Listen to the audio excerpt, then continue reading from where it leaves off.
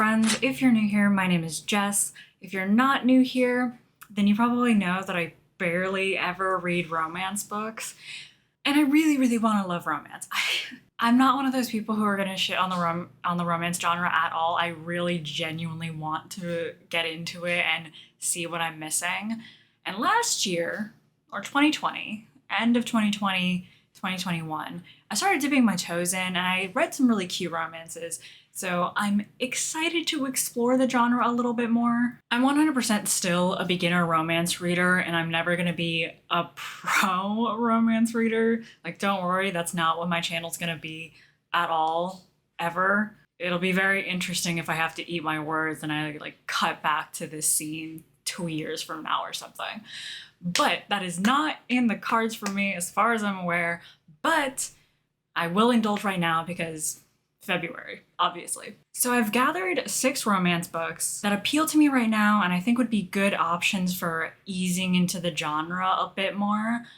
I actually intended to pick out 5, but I accidentally listed 6 because, I don't know, I wasn't a STEM major for a reason, but I accidentally listed 6 and there's no going back now. So we're gonna do the top 6. The first book, 1000%, needs to be The Heart Principle by Helen Hoang. This is the 3rd book in her Kiss Quotient universe. Although you don't need to read the books in order, I would suggest it if only because the later books give nods to the couples in the previous books, and it's a cute little reference if you get it, but it's not a big deal if you don't want to read them in order. I did read both of her previous books in late 2020, early 2021, in a video that I think I titled Reading Romance Until I Like It. So you can go check out that video to get my thoughts on the first 2 books, but basically, I loved them. I think I gave both of those books 4 stars? I don't think it was 5 stars. They weren't life-changing books, but they were really fun. Yeah, I think they're my favorite example of romance books that are purely romance versus like This Is How You Lose the Time War, which I consider a romance book, but it's also sci-fi. The Kiss Quotient universe is just peak romance to me right now. And in both of those books, there's a side character named Quan who I adored. He was my favorite character. He was my favorite guy every time, brightened my day every time he showed up on the page. And this book, The Heart Principle, is his book, finally. In The Heart Principle, our love interest Anna is a burnt out violinist whose long-term boyfriend decides that he wants to have an open relationship before making the final commitment. The description screams red flag to me, but it's okay because Anna decides, you know what, fine. If he wants that, then she's gonna go out and she's gonna go on as many dates with like the worst guys possible. She wants bad boy to the extreme. Literally, the synopsis says, and I quote, "The more unacceptable the men, the better." And then enter Quan, the love of my life, with his tattoos and motorcycle and sex that is so good that apparently one night stand is not enough, and neither is 2 or 3. And then of course it all goes to hell for the sake of the plot. I can't wait for this one. Book 2 is a little bit for a younger audience. I picked out Hani and Ishu's Guide to Fake Dating by Adiba Jaigirdar. This is a YA contemporary book that follows Hani, who is the popular girl in school. She just came out to her friends as bi, and unfortunately, her friends are kind of invalidating her personality because, you know, they think she can't be bi if she's only dated guys and she's never dated a girl before. Now, where have I heard that one before? Anyway, Hani, like other teens, panics and makes a dumb decision by telling her friends that she is actually dating a girl. It just happens to be the girl that all of her friends super, super dislike. Cue a fake relationship with Ishu, who is her exact opposite, an overachiever, not very popular. But Ishu wants to become head girl real bad, so she agrees to do this fake relationship with Hani if Hani will teach her how to be popular in order to get the votes to make head girl happen. Honestly, that kind of reminds me of, well, what's the song, Popular from Wicked? That's what it kind of reminds me of. Maybe it's a reach, but either way, the book sounds really cute. Like a Love Song by Gabriella Martins is the only romance book I've read so far that has a fake dating trope. I guess The Bride Test by Helen Hoang kind of has a fake dating, but I don't really consider it as such.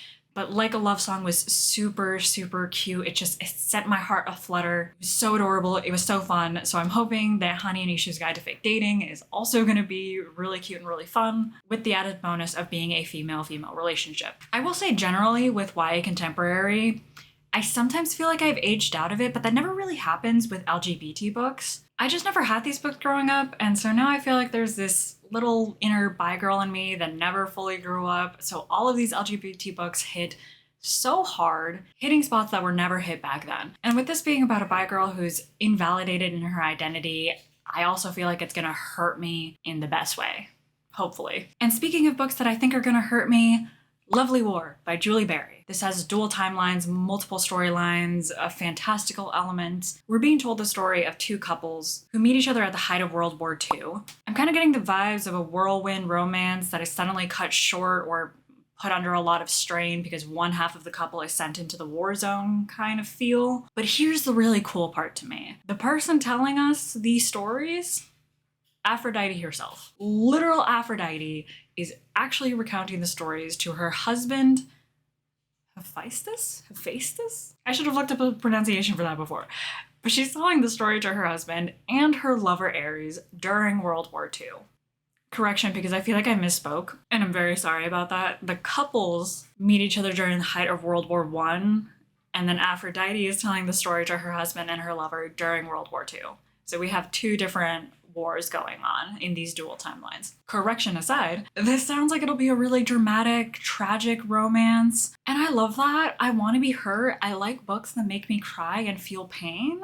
Don't read into that too much. And I love even more that it's being told by Aphrodite. I really like unique narrators, I like omniscient narrators, and in my opinion, Aphrodite is likely the best person to tell these stories, considering the main question here is apparently the relationship between love and war. And if I'm remembering correctly, isn't Ares the god of war? I think he is. So I don't know if she's gonna use these stories to justify her affair, but we'll see. I'm here for the drama of it. Next up, we have the Ex Hex by Erin Sterling, and this one better not make me cry because I'm looking for a fun time with the Ex Hex. Our main character here is a young witch named Vivian. Years and years before this story, she got her heart broken, and I mean, really, what else would you do as a young witch but cast a curse on your ex? Certainly that's what I would do. Now, granted, she did use a random candle to cast this curse, and I'm imagining in my head like a Bath and Body Works kind of candle.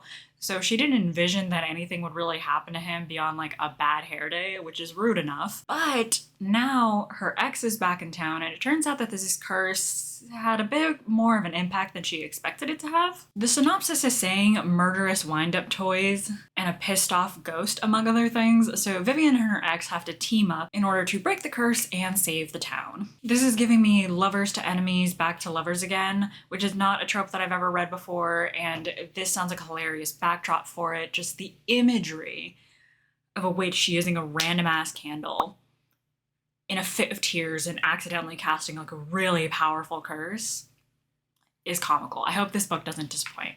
My biggest worry is that her ex will turn out to be like a total asshole that I can't get behind, but we'll see. Or honestly, maybe we won't see. Book number 5, Last Night at the Telegraph Club by Malinda Lo, featured on my list of anticipated reads for 2021, and I still haven't read it, so lower your expectations for me.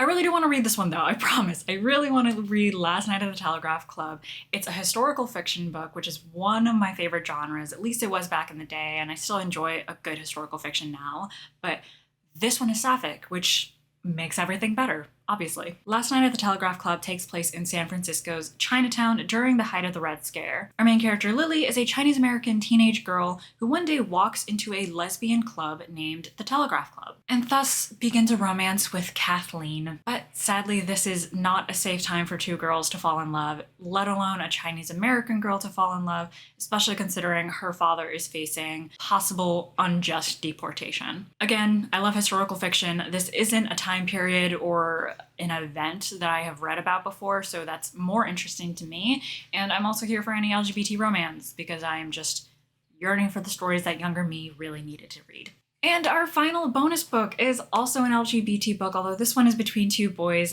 I picked out A Complicated Love Story Set in Space by Shaun David Hutchinson. This is a YA sci-fi romance book where our main character Noah wakes up on a spaceship that is about to explode. Also aboard the spaceship is DJ and Jenny, both of whom have no memory of how they got on board. Noah starts developing feelings for DJ, all the while the three of them are contending with things like murder, aliens, apparently a school dance, and a really bad day. This is compared to Black Mirror, which intrigues me, but honestly the description feels a lot more like Hitchhiker's Guide to the Galaxy by Douglas Adams. I'm sure this is a way less nonsensical, but the humor feels a bit similar, and I really enjoyed reading Hitchhiker's Guide to the Galaxy. So if it's anything like that, that's awesome. If it's nothing like that, I'm hoping it'll still be another fun romance with an intriguing plot besides that. There's also the added bonus that Katie from Katie Can't Read raves about a complicated love story set in space, so I've got high hopes for it. And that is it for the top romances that I'm looking forward to reading soon. I hope I actually read them soon. If y'all have read any of these books, please comment below. Give me your opinion on them. Let me know if I should bump one of them higher on my list or take one off of my list. I'm here for negative opinions too. And if you have any romance recommendations for a relative newbie, please let me know. A lot of the romance recommendations that I see online are like super steamy, super toxic relationships, and that's not really my vibe. It's not really what I'm looking for. So I welcome any and all recommendations, please and thank you. And if you're interested in seeing more content from me, please make sure to subscribe. I do try to put out a video every single week. Will that happen every single week? I don't know. We're gonna find out next week. I'll see you in the next one.